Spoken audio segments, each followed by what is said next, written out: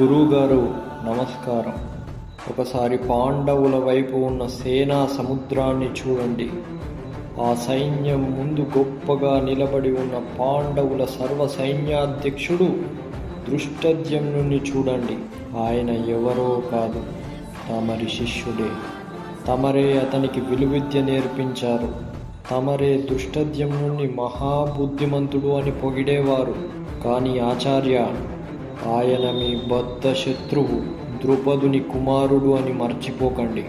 మీరు తనకు చేసిన అవమానాన్ని భరించలేక కేవలం మిమ్మల్ని చంపడానికే ద్రుపదుడు తపస్సు చేసి ధృష్టద్యుమ్నుని కుమారుడిగా పొందాడు. ధృష్టద్యుమ్నుడు మీ శిష్యుడు, బుద్ధిమంతుడు అని మీరు ఉపేక్షిస్తారో, మీ బద్ధ శత్రువు ద్రుపదుని కుమారుడు అని, మిమ్మల్ని చంపడానికే పుట్టాడని అతని పట్ల కఠినంగా వ్యవహరిస్తారో మీ ఇష్టం అనే అర్థం వచ్చేట్లుగా మాట్లాడాడు దుర్యోధనుడు. తన రాజకీయ చతురతనంతా ఇక్కడ మాటల్లో చూపించాడు దుర్యోధనుడు. పాండవుల సైన్యంతో పోలిస్తే కౌరవుల సైన్యం చాలా పెద్దది.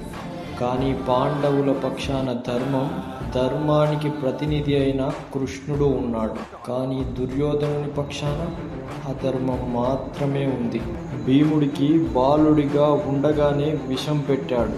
వారిని లక్క ఇంట్లో పెట్టి సజీవ దహనం చెయ్యాలని చూశాడు. అక్రమంగా పాండవుల రాజ్యాన్ని లాక్కోవడమే కాక వారి భార్యను అవమానించాడు. పాండవులను అడవులకు పంపాడు. తిరిగి వచ్చి వారు తమ రాజ్యాన్ని తమకు ఇమ్మని అడిగితే సూది మొన మోపినంత భూమిని కూడా ఇవ్వను అన్నాడు.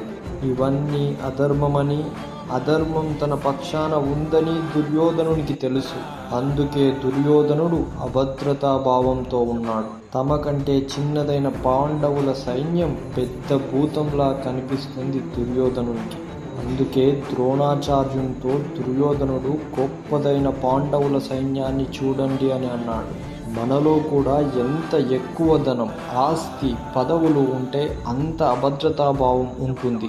ముందు వెనక సెక్యూరిటీ గార్డులను పెట్టుకుంటారు. ప్రతి చిన్న విషయానికి భయపడుతూ ఉంటారు. ఏమీ లేనివాడు నిర్భయంగా, హాయిగా, కులాసాగా, ఒంటరిగా తిరుగుతాడు. అందుకే ఎక్కువ సైన్యం ఉన్నప్పటికీ సుయోధనునికి అభద్రతాభావం పోలేదు. దుర్యోధనుని మాటలతో ఒళ్ళు మండిన ద్రోణుడు దుర్యోధనుని ఒక వంక తీక్షణంగా చూశాడు. దుర్యోధనుడు సర్దుకున్నాడు. అందరి మాదిరే ధృష్టద్యుమ్నుని గురించి కూడా అడిగాననే అర్థం వచ్చేట్లు ఇతర వీరుల గురించి ఇలా అన్నాడు.